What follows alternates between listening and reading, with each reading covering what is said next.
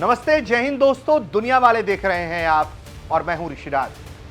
कश्मीर पर बार बार भारत ये बात कहता है, एक तो ये पूरे का पूरा जम्मू कश्मीर भारत का है, पीओके से अवैध कब्जा पाकिस्तान को खाली कर देना चाहिए, ये बार बार भारत चेतावनी देता है। लेकिन पाकिस्तान और उसके कुछ नए नए प्रोपेगेंडा के साथी, जिसमें वो थ्री आयरन ब्रदर बनाने की कोशिश कर रहा है चीन के अलावा, जहां पाकिस्तान, तुर्की और अजरबैजान, ये तीन वो देश हैं जो लगातार भारत के खिलाफ प्रोपेगेंडा में पाकिस्तान का साथ दे रहे हैं। यानी कि पाकिस्तान, तुर्की और अजरबैजान मिलकर लगातार भारत विरोधी प्रोपेगेंडा कर रहे हैं।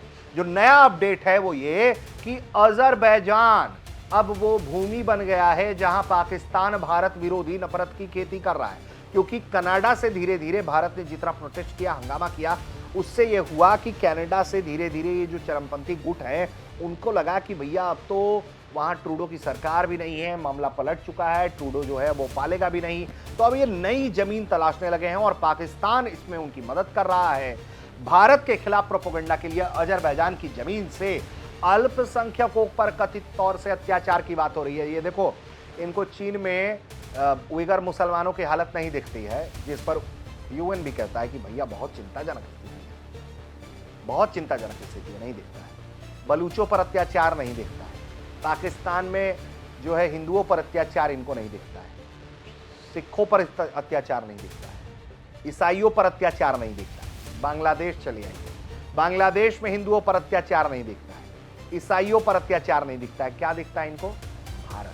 क्योंकि भारत एक मजबूत देश है, अपनी ताकत से आगे बढ़ रहा है। पाकिस्तान को यह लग रहा है कि अगर भारत से उसका टकराहट या रेलेवेंस खत्म हो जाएगा या भारत दूसरी दिशा में आगे बढ़ चलेगा, तो ऐसे में पाकिस्तान का जब रेलेवेंस ही खत्म हो जाएगा तो पाकिस्तान की कोई औकात, कोई हैसियत बचेगी नहीं।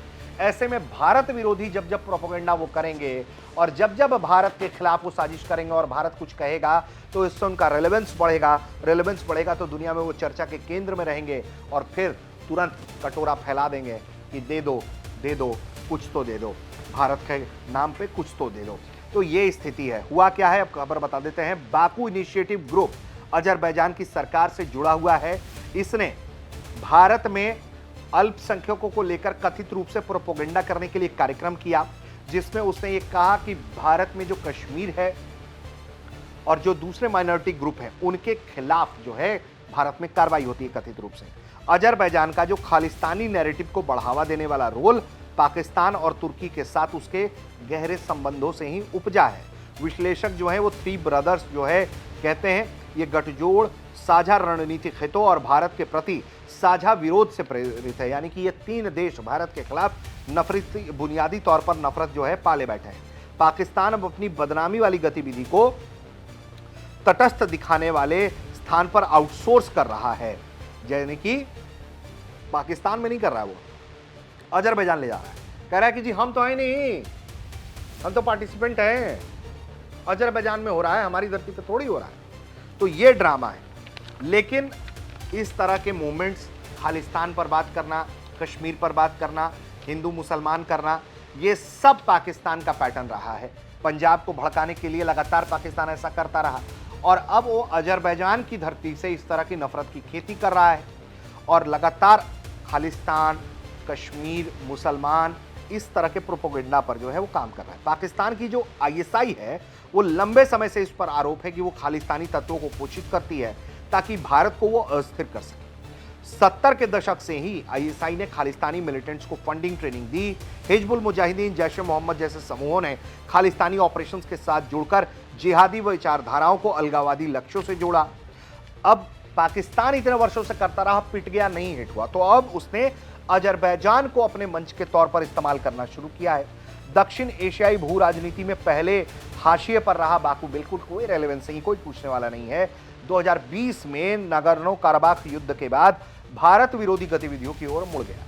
भारत ने आर्मेनिया जो है अजरबैजान का प्रतिद्वंदी है, उसको हथियार दिए और उन हथियारों से अजरबैजान को खूब फोड़ा गया। अब बदले में अजरबैजान जो है वो पाकिस्तान की गोद में बैठ गया है, गठजोड़ कर रहा है और उसने जो तुर्की के माध्यम से जो है ड्रोन में युद्ध में ड्रोन और स्पेशल फोर्स ट्रेनिंग जो है वो दी। इसके अलावा वो धार्मिक तौर पर और रणनीतिक तौर पर पाकिस्तान और तुर्की के साथ अपना अलाइनमेंट देख रहा है। ये जो बाकू में हुआ है वो 16 जनवरी को घटना को अंजाम दिया गया, जहां बाकू सम्मेलन इस गतिशीलता को दिखाने की कोशिश कर रहा था। इसमें कनाडा, ब्रिटेन, अमेरिका से खालिस्तानी तत्व शामिल थे। साथ ही पाकिस्तान के मानवाधिकार मंत्री जो हैं उनको भेजा गया।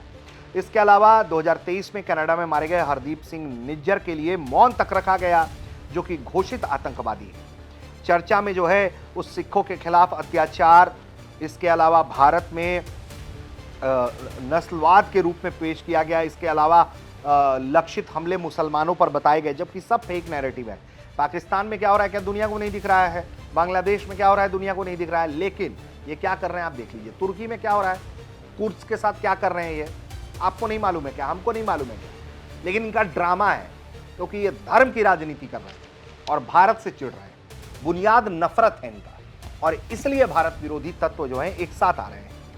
ये जो सम्मेलन जो है वो आयोजित किया गया और बताने की ये कोशिश की गई कि अंतर्राष्ट्रीय मानवाधिकार उल्लंघन के रूप में मान्यता दिला दी जाए इस तरह के काम करके। आलोचक इसे जो है मानवाधिकार भाषा को हथियार बनाने की कोशिश के रूप में देखते हैं, जबकि अजरबैजान की भी स्थिति अगर मैं आपको बता दूं, वो खुद अल्पसंख्यकों और प्रेस की आज़ादी पर सवालों का सामना करता है। पाकिस्तान में जो हो रहा है वो तो आपको मालूम ही है। अजरबैजान जो है कई कारण से इस भूमिका में, अब फर्टाइल लैंड भारत के खिलाफ एंटी इंडिया कैंपेन में अजरबैजान जो है वो कई कारणों से अब आपको दिखता है।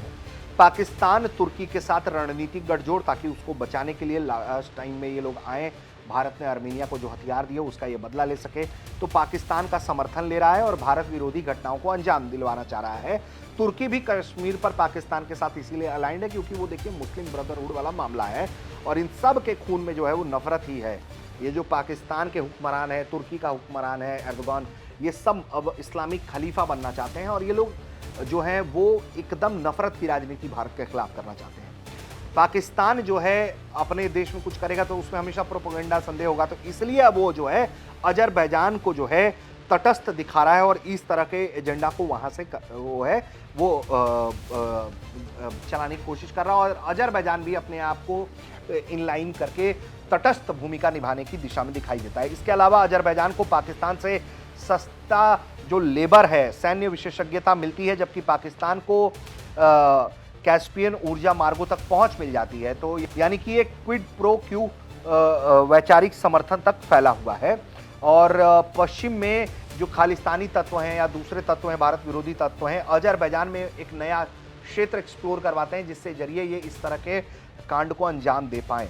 और भारत के लिए ये एक तरीके से हाइब्रिड युद्ध है, जहां ये हाइब्रिड युद्ध मोर्चे का भारत को सामना करना पड़ रहा है, और लगातार संयुक्त राष्ट्र में ये जो लोग हैं तीनों मिलकर लॉबिंग कर रहे हैं, और भारत को आर्मेनिया के साथ संबंध मजबूत करने और बहुपक्षीय मंचों पर जो है वो सतर्क रहने की जरूरत है, क्योंकि इसे अगर रोका नहीं जाता है तो भारत विरोधी देशों में भी ऐसे और मंच बन सकते हैं, जो कि भारत के लिए जो है खतरा हो सकता है। वैश्विक स्तर पर यह दिखाता है कि ये जो अलगाववादी आंदोलन है वो कैसे एक तरीके से एक टोली बना रहा है। पाकिस्तान का जो अनहोली अलायंस है वो जारी है, जहां भारत विरोधी और बुरे मिलिटेंट्स का जो सहयोग है वो लाया जा रहा है एक साथ, और एक तरीके से खालिस्तान नैरेटिव, कश्मीर नैरेटिव और एंटी इंडिया नैरेटिव या एंटी माइनॉरिटी नैरेटिव जो है उसको वापस से हवा दी जा रही है, और ऐसा करके भारत को इस तरह के गेम में फंसाने की कोशिश हो रही है। तो भारत को बहुत अलर्ट रहने की ज़रूरत है जहां इस तरह के कदम उठाए जा रहे हैं। हम उम्मीद करते हैं कि जल्द ही ऐसी खबरें हमारे सामने होंगी जहां भारत आर्मेनिया को और भी ज़्यादा हथियार देगा, और अजरबैजान की दवाई के लिए भी ज़रूर जल्द भारत कोई ऑपरेशन करेगा। अब वो डायलॉग ऑपरेशन हो या फिर कोई और ऑपरेशन हो, या फिर वो जिस तरीके से यह अनहोली अलायंस बन रहा है इसको ब्रेक करने के लिए भारत का कोई दाव पेच हो, तो वो सब भारत को करना चाहिए, इसमें पीछे नहीं रहना चाहिए, क्योंकि भारत को बदनाम करने के लिए पाकिस्तान जो है अब वो एक तरीके से अनहोली अलायंस क्रिएट कर रहा है, जिसमें भारत के खिलाफ वो एक तरीके से हाइब्रिड युद्ध लड़ रहा है, और भारत को इस हाइब्रिड युद्ध का सामना करना पड़ेगा, इस नैरेटिव को खत्म करना पड़ेगा। उम्मीद करते हैं कि दुनिया वाले का एपिसोड आपको पसंद आया होगा। आप देख रहे थे